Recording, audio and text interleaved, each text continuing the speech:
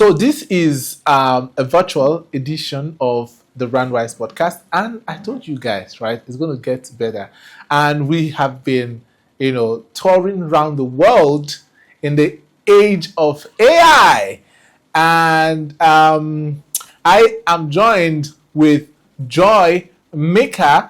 I mean, her CV is one that if I pile it up, right, if I have to pile this CV up, you need like 6 to 7 Ghana must go, if you know what that means, if you are not if you are not somewhere in Africa. So it's just like a whole lot. So she's in the UK right now, and we are having this conversation, and it's good to have you, Joy. And please say hi to my audience. Mm-hmm. Thank you. Hi everyone. My name is Joy Mika, the famous Joy Mika, your AI big sister. Mm-hmm. I like that, right? Mm-hmm. I mean, I'm so excited to be having this conversation because I and Joy have had.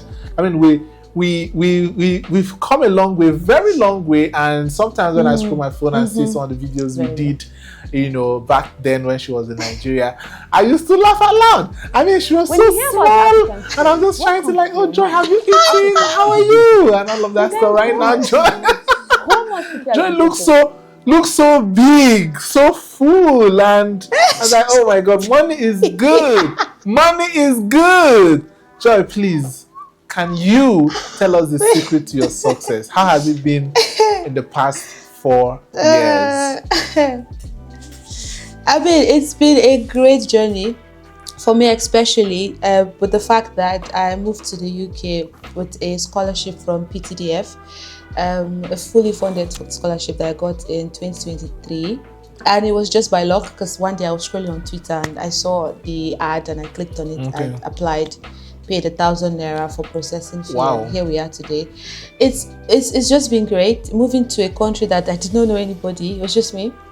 It was a bit difficult at first, but I was able to settle in, and 2024 completed my master's in managing innovation and information technology, and here we are. I'm a co-founder of an AI health. Yeah, we'll definitely talk about that. We'll definitely talk about that particular product maybe in the course of our conversation, because I mean, it's just going to be like a lot of AI conversation. We're going to discuss the trends. We're going to discuss the the ethical considerations around AI, and most importantly, how we are actually using AI and how it's affecting our lives. I mean, a lot of things are changing. Just earlier today, I had conversations with some creatives where we were trying to understand what exactly happens when AI starts doing exactly the things humans do, and what is the extent, what are we expecting, because it seems like whenever we wake up, each time we wake up, AI has something new for us, like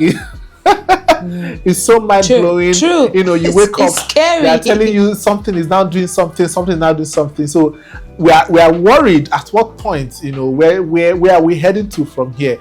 And I think that is a conversation that is going to be quite interesting. So, but let's start with you, because it's been a while. It's been a whole while. Yes. How was it like how was it like moving to the UK? I know you've talked a little bit, but give us like an insight, because this is Nigeria, and every young person in Nigeria right now wants to jackpot, and it has been a thing. And for a lot of reasons, some for a better life, some want to make more money, some want to to cut through the noise. Quite a lot of reasons why a lot of people want to jackpot. So, but what has it been for you?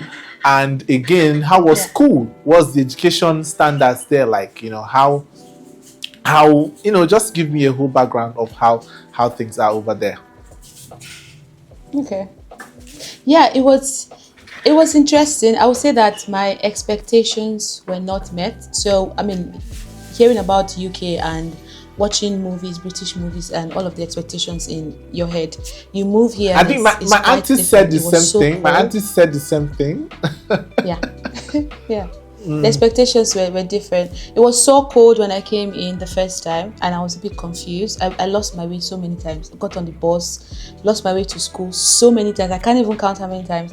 But the education system is top notch. You know, we had like a standard student registration platform where we don't have to write our names like in Nigerian university to clock in when you come to the class. So we usually have a link, a QR code that we scan, and then you put a one-time code. So the one-time code pops up on the app, and then you type that code. So your friend cannot clock in technically for you unless they have like 2 devices. So it was quite intriguing. The assignment, the test, everything was seamless. It's not like the lecturers were angry with you. You know how they do it in Nigeria, where the lecturer is so angry at you, and you know all of those things. The support was massive. I think the highlight for me was the support with research documents from the library. We've got like 247 access for physical and online libraries. You know, you have access to Microsoft because you are a student, so you have access to Teams, to customize emails, Microsoft document. You have access to LinkedIn Learning for 1 year because you're a student. You've got discounts on coffee, on food, on bus because you're a student. Some buses you can even get on for free if you just show your student ID. To tell you the truth, I did not want to stop being a student. You even get Spotify and Apple Music discount for student accounts. So many opportunities for students, and that was like one of those culture shock for me. I mean, I know I went to a private university that was a bit more better compared to a public university. However, the education system here beats whatever we have in Nigeria, hands down. It does better. I agree with you. I agree with you. I mean, I don't know what it feels like to experience that. And yeah, I mean, very soon we should tell similar stories. But so I used to tell young people that there is quite, so what I want us to talk about now, right, is the attitude, right? Can you, for somebody that don't have the opportunity to be in the UK or to travel out to study, what kind of attitude should they put up even in their current place of study or wherever they are? Because someone will tell you, I don't have this, I don't have that, there's no opportunities here and all of that. I know you were doing a whole lot before you traveled, and the truth of the matter is that, for you to even understand opportunity, you have to be attuned to recognize opportunity. You have to be able to, have trained yourself. You have to have this cognitive ability to know this is an opportunity. Free Wi-Fi is not to browse movies. Free Wi-Fi is not to to dance or trend on TikTok. It's to elevate myself. It's to elevate my mind. And all of that stuff. So in contrast, what would you say to somebody in Nigeria or in every other part of Africa that don't have the same quality of life or education over there before transitioning? So I would say there's this phrase I hold on to: hard work meets opportunity. You've got to be working hard, and you have to be inquisitive. I was always inquisitive. In short, in my house, they call me the Google girl. Like my family members, they need anything done, I'm that person that they call because I will always go on Google to find it. So you've got internet connection, you have access to Google, which you are not taking seriously. You'll be amazed as to the number of things you can figure out if you have access, if you just go on Google and just search for something. So you have to be resilient. You have to be inquisitive. That's what really kept me afloat. Before I even left Nigeria, I was already working for some companies in Ireland, in Canada, and Australia. Those are the things that I put on my CV. And when I moved here, it gave me an added advantage over everyone because they could see that, oh, this girl has work experience in Australia, in Canada, in Ireland. Oh, we can hire her. It's not just Nigerian experience that she have, you understand? So you can use what you have. I always had the same internet connection everybody had, 40K. I think how many gig? I can't remember how many gig for. I used to do unlimited. I used to turn on the gen. I used to buy fuel. I used to go to my friend's house. I used to go to the security guard house opposite my house. I was that person. I wanted to learn something. I wanted to equip myself. And I think this is why I see a lot of young people are not doing it. They want everything to fall on their shoulders. They want everything to fall on their laps. And life is not that fair. For someone like me who was orphaned at the age of 16, you will see that I had no advantage, zero advantage. The only thing I had was a scholarship to go to Madonna University, and that was what I held on to. And after Madonna University, I was like, you know what, it's either I do it or I do it. I must get it or I get it. So you have to be resilient. Yes, you can go on social media, doom scroll and all of that.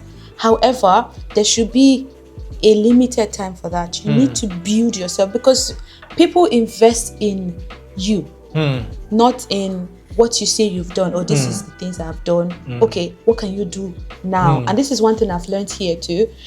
They don't hire you based on what you have just done. What you've done, yeah.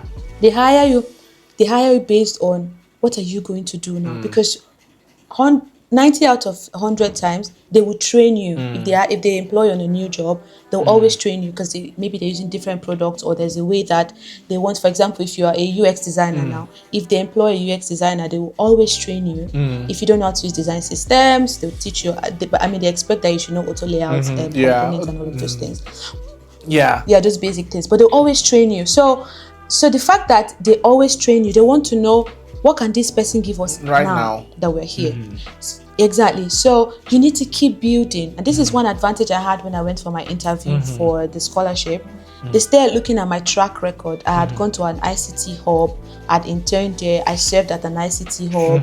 I was going for tech events with ICT, different big companies. We're closing deals, and I was somewhere in the picture, just smiling with these tech guys. And that was what I used as an advantage. They were like, oh, this girl already has done these things. I didn't know that those things I was doing 5 years ago will make sense in 2023. So you've got to be resilient, you've got to be hardworking, so that when the opportunity finds you, you are prepared to hop on it. It's not that you're like, oh, it does not have so much, so we're not going this is so inspiring, right? I mean, in every sense of it, because the way I'm seeing it, right, I think that it takes quite a lot of like mental reconfiguration for someone to actually not see where they are as a limitation, but somehow as a push. Because you mentioned things like, you turned on generators, you went to places like the security house to be able to charge your laptops and all of those things. And these days, when I'm trying to tell people, like, look, there's some things that are no longer excuses. As a young person, the first thing you need to do for yourself, especially in this global village, right, is to kill the two major excuses, light and internet, right? If you're able to find your way around it, all the money you are saving doesn't make sense. Gather all that money and go and buy whatever is going to keep you efficient, to be able to deliver. Because I mean, you're already in a global village, and there is a minimum that is expected for you to function in that particular ecosystem. I mean, that's so that's so inspiring right there. Now you've I mean, I've been following you now. Now I follow everything. I'm usually the first to comment. So you've my fan. So you've kind of been through it all, and somehow you came to tell us, curiosity killed the cat. Now curiosity have killed my cat now. So you have to resurrect the cat or cook the cat. So you have to find something and do to my cat. So like, what was life like? I mean, psychologically, emotionally, like, what was it like in that space? I mean, a lot of people want to know. I mean, we've always shown off strong. We always come off like, hey, we have everything figured out. And sometimes I would like to have this kind of conversations, because people also like see me. I'm like, this guy, you have everything, you have it all figured out. But sometimes I used to break down, like really break down, like real original breakdown, real life breakdown.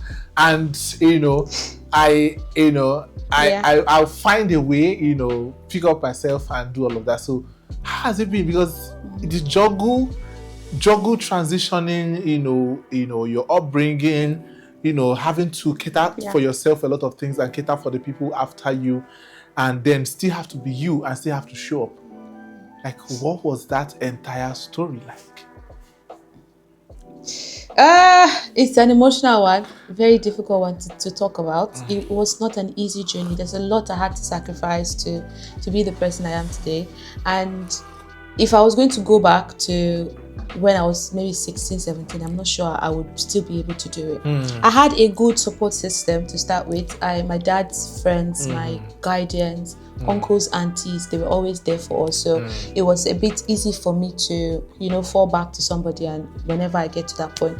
But in terms of mental and psychology, I'd never really addressed the trauma and the pain and grief and everything until when I moved to the UK and I started therapy. Wow. And I was able to see things from a different perspective of, okay, so this thing that's happening to me, it's not okay that someone should go through this thing. These are ways that, you can make yourself feel better. And funny enough, my therapist was in Nigeria, so we're doing like video calls and we are having different sessions. So it's not something I wish that someone should go through, but I think there are people out there that have gone through or are going through what I'm going through. The truth is, life is unfair. Life can never, ever be fair. And because life is unfair, if you put that already in your head and say, okay, life is unfair, what do I do to pick myself up? Because I always look back and I ask myself, will my dad be happy if I don't take my education seriously? Will my dad be happy if I don't turn out to be somebody, in the bracket of good tomorrow? So I look back and I'm like, I'm doing these things because if he was here, I would have done it and do it better. Yeah. So it's not here, I don't have the resources. How can I try to make it better? Like you said, it's a mindset reshift. You have to readjust your mindset that regardless of the environment you're in, you need to still be able to pick yourself. I was still able to pick myself. For so many years, I had insomnia. I could not sleep. Wow. I did not know what sleep looked like. For like maybe 5-6 years, I did not know what sleep looked like. The only time I could sleep like maybe by 4 or 5 p.m. That's when I'll sleep off and then wake up by like 8 and then I have to dress up and go to the office. I had like 2 jobs, so I would do like one Monday and Tuesday, then do the other one Wednesday, Thursday, Friday. So it was not easy. It took therapy for me to come back to being able to sleep. So when people see me and they're like, oh God, I like you, I want to be like you, I'm like, at some point I was not sleeping. You don't have an idea. I was not sleeping. I could not sleep. I didn't know what it feels like to have a refreshing sleep. I only started sleeping well 2 years ago. Wow. That's when I sleep and I wake up and I'm like, oh, refresh sleep. So I didn't know what it meant. And this was an effect of all of the traumatic experience and me trying to push myself to an extra point. I'll stay awake at night, working on my YouTube channel, reading different stuff, designing, applying for jobs, doing so many things. And my brain got used to not being able to sleep. So it really was not easy. And moving here and not knowing anybody brought back that emptiness and loneliness that I was always fighting. But the one way that I helped to manage it was I just attached myself to a church community and found a group of friends that I was always relating with. So that way it made it easier for me. So that same support system that I had in Nigeria, I tried to replicate it here so that I will not lose my mind. No go crazy. I don't go crazy. All right, like that's I mean that's fine. Like I wanted to like cry right now because can we get some tissue? That's an issue. If that's an issue, you can leave it. So but but because I think that most of us, right, people don't see it, and I think that people should actually first of all be more. I normally tell my students some things beyond design, beyond all of that. I try to get them to be human. 2 major things I put in front: gratitude and empathy. Right? This is like the core order of spirituality for me. If you are not empathetic, if you don't try to solve problems, or you don't look at people from a place of, oh, this person I can actually help in my little way. Yeah. All right. This is because the core, even the foundation of design thinking is built on empathy. Right? So you have that, and gratitude, the ones you have, the ones you love, being able to be grateful for the things you have and the things that have been given to you without even you asking for it, because there's quite a lot of things you receive, just that sometimes we focus on the things we don't have than the things we do have. I mean, most of us lost the people we loved early stages, and when you are trying to pick up, there's just a lot of things that happen to people. That's all. Like when you step out and look at people and look at situations, like when people say some things online, I'm like, this person it lacks something. Like, most times trolls, that go in people's DMs or on comment sections, see all manner of things. I'm like, the person lack love at home, and it's quite difficult. It's trying to get it via validation or let people a lot of things happen. People feel a type of way. Their dopamine spikes when they see just one like on their comment. They feel, oh my God, I feel so relevant with 20 others. It happens, and it's crazy how people feel about likes and follows. Like, it's crazy, but let's now come into the world where we are living in right now. I mean, this is social media. A lot of things are happening, and things are becoming more visible. In just a split second, you can get an idea out of your room to the world. And with a few dollars here and there, you can convince everybody that what you're saying is true, right? And then that brings us to, the entire AI conversation. So now, we know that a lot has happened and a lot is going to still happen. Where do you think this is heading to? Because I have a very strong opinion that by the end of the day, we will still start craving and start demanding for human connection again. It's going to take a while. We're going to, detach for a while. And we are human beings. Like, we crave. We're definitely going to crave for what was happening. So apart from the fear, the phobia, it is creating around job, around sustainability. How are humans going to be sustainable with this? How is it sustainable? For how long? And all of that stuff. What have you observed? All right, especially in this space. Do you think people are making use of it for the right reasons, or they're making use of it for the wrong reasons, or it's just still around hype? Just the way NFT, think about it, all those things, crypto and all of those things came around, and people are telling you how to, but they're not actually doing it. Somebody can tell you how to use AI, but they're not actually using the AI. They're only teaching you how to make funny videos, just the way, when .com era came in, who were telling you how to make use of it, how to make money on the internet. But then they said, well, they're only making money by teaching you how to, but they were not making use of it. Right? And then you're going to also talk about the fact that there is this idea of the quality of this content. Some of them are pretty funny, and funny in a very weird way. And is that the direction we're heading to? Because creativity is beginning to die. Everybody's copying the same prompt, pasting and telling you, I used this to create this video, copy my prompt and all of that. So are we in prompt marketing, prompt distribution? What exactly are we doing right now? Because it's becoming more interesting, by the day. Let me hear your opinion on that. So the thing is, I think a lot of people don't know what AI is doing. I think many people are confused. That's just true. Many people are confused. So because people are confused and don't know what AI is about, the very few that know what AI is about, they are leveraging on that. Sorry, 1 minute. I just want to connect my computer. Okay. Before that goes up here. Yeah, okay, fine now. Yeah. So as I was saying, I think that a couple of things to note is that people don't know what AI is about. I know there's loud noise. It's just the tech people that actually know what AI is about. The normal day-to-day person that would take their dog and walk down the street or go to a store to buy something, they have no clue about AI. So it's the very few people, the very few non-technical people that have learned about it that are now teaching everybody. Now, they're teaching everybody the same thing because that's what they've learned. So me and you that are tech people now, the way we would use AI, use Claude, use Google Gemini, will be different from someone who studied mass communication and have no tech idea. Now, they're going to use AI based on trend. So what's trending now? Those sloppy AI videos. I am coming to your house. I am jumping down the road. Did you see my face? That's what's trending. So those non-technical people have identified that this is trending and making money. So let's use AI to make this thing. Again, because they don't understand this, so they're using it to make money. This is what happened with Bitcoin and NFT. Everybody was after making money. Yeah. On your question of is AI sustainable? AI is going nowhere. It's even going to be bigger than this. what we are seeing is just the tip of the iceberg. Up until I think 2015, IBM they're working on a research on a tool called the Blue Brain technology.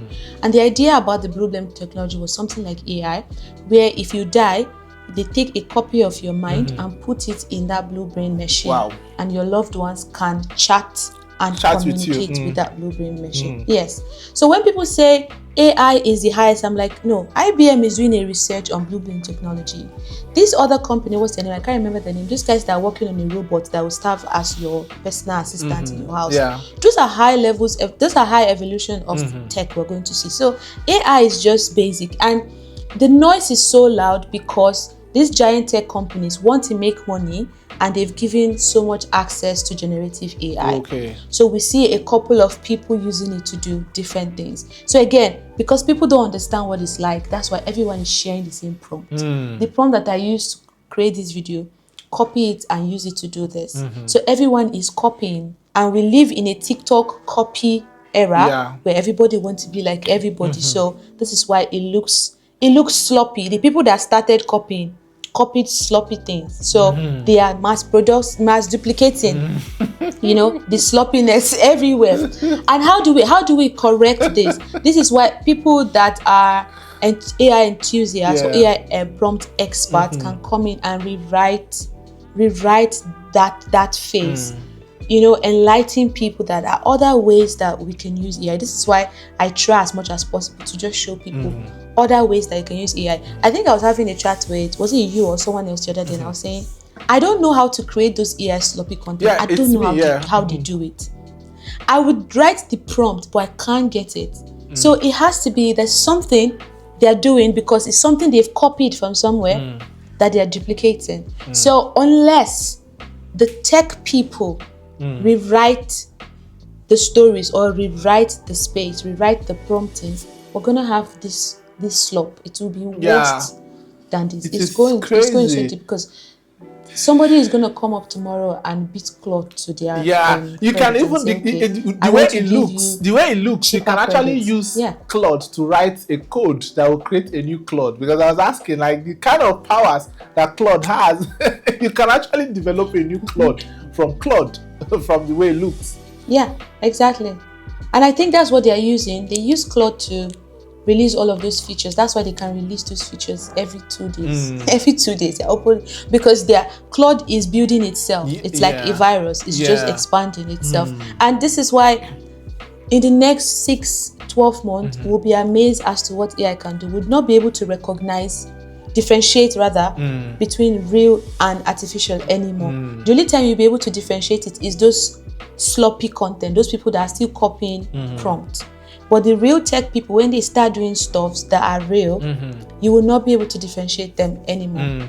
I think we will even dive deeper into this conversation. I think how I want us to do it is that we may need to take case studies, right? Case studies on what is trending, and come back and have this conversation over and over and over and over again. Maybe just create a series for it in a folder. So bring some of these updates as a constant reminder to where the last conversation versus this is what has happened, all right, especially in the AI space. Now, the final question. So now the conversation, what I wanted us to talk about that I think is important is the quality of the humans, right? It seemed like actually seeing a video of this pastor, all right, and it seemed like every black person actually looked the same, right? So every black person actually looked the same way. He's an old father. There's a particular face of one old man that always comes out whenever you AI videos are prompted, all right, unless maybe somebody uploads their picture and all of that stuff, which I mean, a lot of people have skepticisms around uploading their picture. They feel like it's 666, Satan is going to use their picture to create humanoids that's going to come and take over the earth, and there are still a lot of conspiracy theories about Artemis 2, that they didn't go, they went there to consult the devil and it's going to come to take over the world and all of that, satanic stuff. Now, why don't we have real, like why when you prompt something in around Africa, right, it still gives you some people, Caucasians, right, and you have to prompt for it to like kind of give you some black looking person that maybe the fingers are 5 or 6 and sometimes the eyes are coming out from their ears and all manner of stuff. But when you prompt a white person, it gives you a complete picture of somebody that is complete, somebody that is whole. Like, do you think our people don't have enough content? Because I've always had that issue. It was just lately people started contributing pictures to Free Pixel, like Africans started contributing pictures. An African man's idea of taking pictures or documenting has always been about hype, has always been about, showing off, all right? But a white person's or someone in the West or Europeans, their idea of pictures is for documentation purposes, right? They're trying to build a story. They're trying to build a history, all right? Which explains why here somebody will tell you, I don't like to take pictures. I don't like to, make those videos. I don't like to do as I said. I don't like taking pictures. Like, what exactly is wrong with these people? Because back in the days, people pay a lot of money to take pictures. When you go to sightseeing, you see photographers had jobs, right, to do. People are paying pictures to document where they were. If your father and your mommy did not take pictures of, when they were young, when they were doing young love, you'll be able to relate to what young love is all about. So, so the people of today have a problem with documenting, and sometimes they will, sometimes some people go to their archive, delete all their pictures, say they don't want people to see how they looked before. Like, I want to understand that mindset. Is this something you do? And then remember the first question I was talking about, our contribution and how we are not able to get pictures. Is it our fault or the fault of the people over there that are creating these, AI machines? Yeah, it's even a great time that you're asking this question, because I'm currently working on a research to find out why there is this subtle digital inclusion and AI bias that I think I've seen a couple of times in the digital media space, and I'm seeing that repeating itself in this AI era. Like you said, if you write a medical doctor, if you ask Google Claude or Gemini image of a medical doctor, by default it gives you a Caucasian. Now, my research question has been, why is it giving me a Caucasian by default? But going deep into the research, I'm able to find out that there are a couple of factors that is making that happen. Now, the first thing is the white normativity. That's what they call it. So it's more of like an identity tax, whereby AI does not see humanity as diverse. It sees white as the universal default, and this is from the term called algorithmic bias, whereby at the beginning of inception of internet, the internet space has been fed with the white supremacy, with the white data. So AI is pulling data from this data pool, and by default it's pulling out white people. Now, should we blame AI? No, we can't blame AI. Why? Because somebody has created that pool of data where AI is taken out from. Another factor is the digital divide that we're seeing. So many of these tech giant companies, what they do is they go for high average revenue per user data. And who are the people that have high average revenue per user data? The Western market. So they always go there because it's more profitable for them. They save cost and they are able to use those Western data to train their AI models. Again, when this is why I am working deep on that research, because they have the money to train these AI models. So it's not about the fact that they don't have the money, but it's just the fact that there is that digital divide and that data poverty, that they don't want to invest into finding that data, again because of the subtle the subtle way digital media has been around the black market and the black skin tone. Now, another thing I found out was that in terms of metadata specification, images of white people, they are often registered or tagged as generic, while images of black people are tagged specifically. So they do it like a variation of like Sahara, they'll say Sahara, or they'll say rural, or they'll say traditional. So we've got our data is under that bracket of variation, whereby the Caucasian data is tagged as generic. So when you search professional medical doctor, by default, brings out a white AI will give you a white person. Exactly, gives you a white person. At first, I thought it was a glitch. You know, I thought maybe I was just being too much. Maybe it's not what it is. But I've tried Gemini, I've tried ChatGPT, I've tried Claude, I've tried Grok AI, Grok Imagine, and it still gives me the same thing. So this just goes to show that unless we Africans, create our own digital hubs where we would say, okay, this is our sovereign AI hub. We want to build this data bank and default it to us. Then these big giants, when they start training their AI models, they can come and tap into that pool. Unless we do that, we'll always be second on the pool.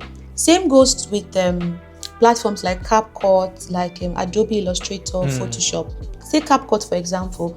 On CapCut has so many text-to-speech models where you can type a text and it just gives you the voiceover. There is no single African voice on CapCut. CapCut makes millions of dollars annually. CapCut has users cut across the world, not just the Western world. They've got users in Africa. But as an African, I can't use CapCut text-to-speech because there is no African voice. Now, a couple of people are going to say, oh, how about 11 labs? How many people can afford 11 labs? Okay, let's assume that I can afford 11 labs and I use 11 labs.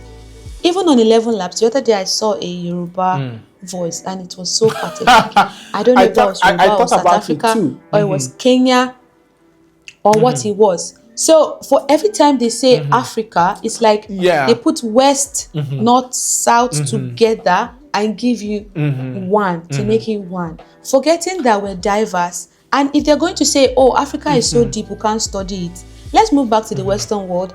They've got the United States of America that has different type of people. Different. The Mexicans, people from Texas, different type of people.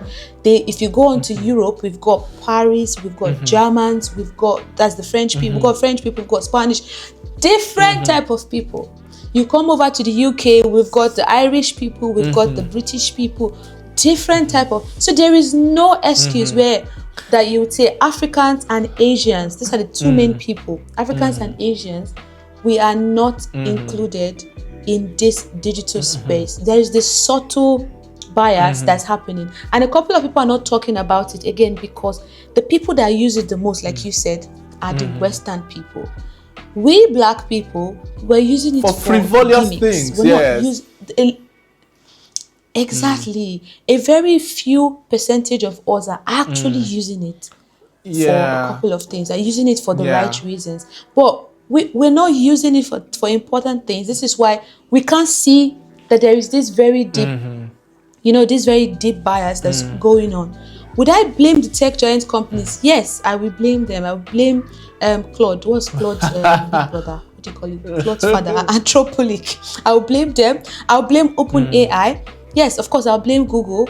Google is like the main organ in the middle because when .com started and we had search engines and people could go on Google and search, Google were the ones that were adding those metadata. Google are the ones that introduced algorithmic bias. If I type woman washing shampoo, the first 20 pictures are going to be again, it's annoying when they know when Nigeria is having their independence, but they don't know when you are surfing from Nigeria to give you a Nigerian content. Exactly. First. So the thing is, they know where you are surfing from. They know. They have this data. They have that data rather.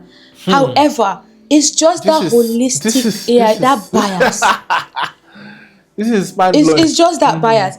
Deep deep down in my research, I was using this. Let me just find it. There is this scale called the Fitzpatrick's ITA scale. It's like a scientific skin tone measurement.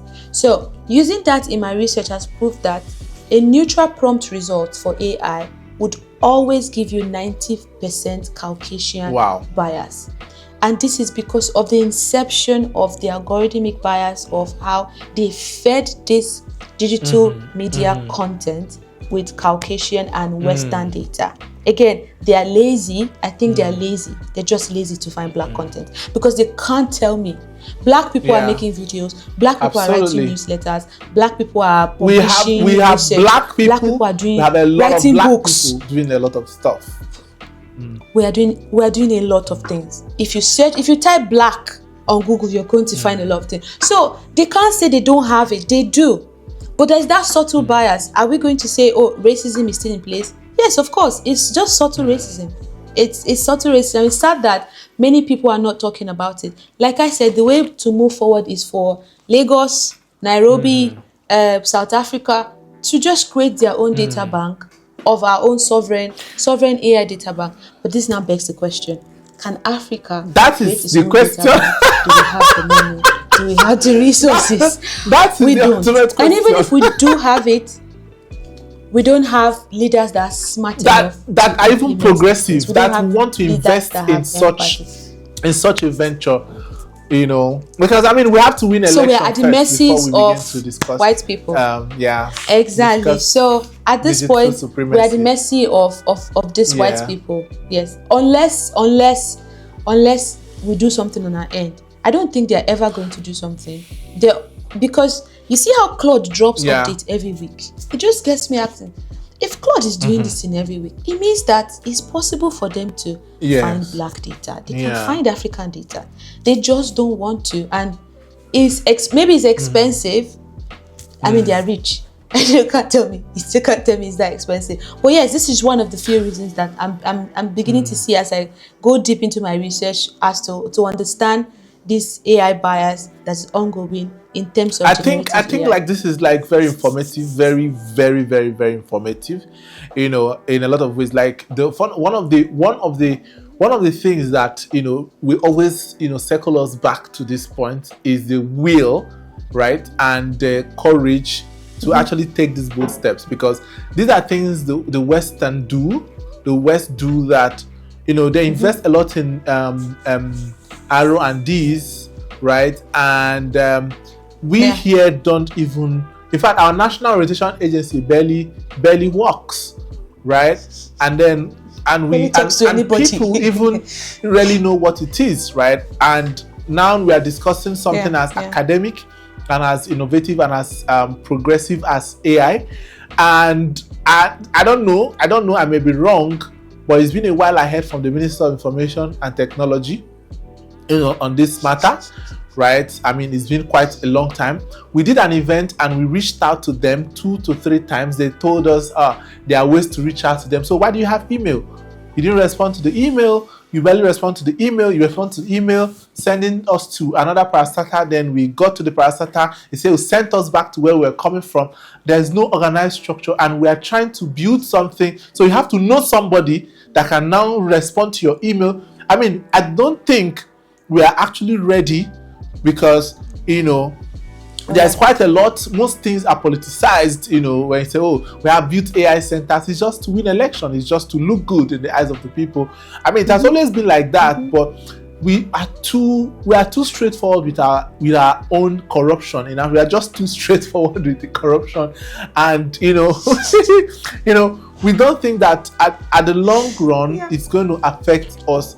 I mean, it's going to affect us at the long run. I mean, there's quite a lot of opportunities to explore, and which we'll keep having this conversation definitely. And the opportunities are, you know, are endless. So, like I said, I think we'll have to create a series where we'll have to come back to this conversation around the AI and the progress that is being made. Yeah, we should. And then, you know, take it up from there. But thank you so much, Joy, for this informative. I mean, it's so mind-blowing. It's so mind-blowing.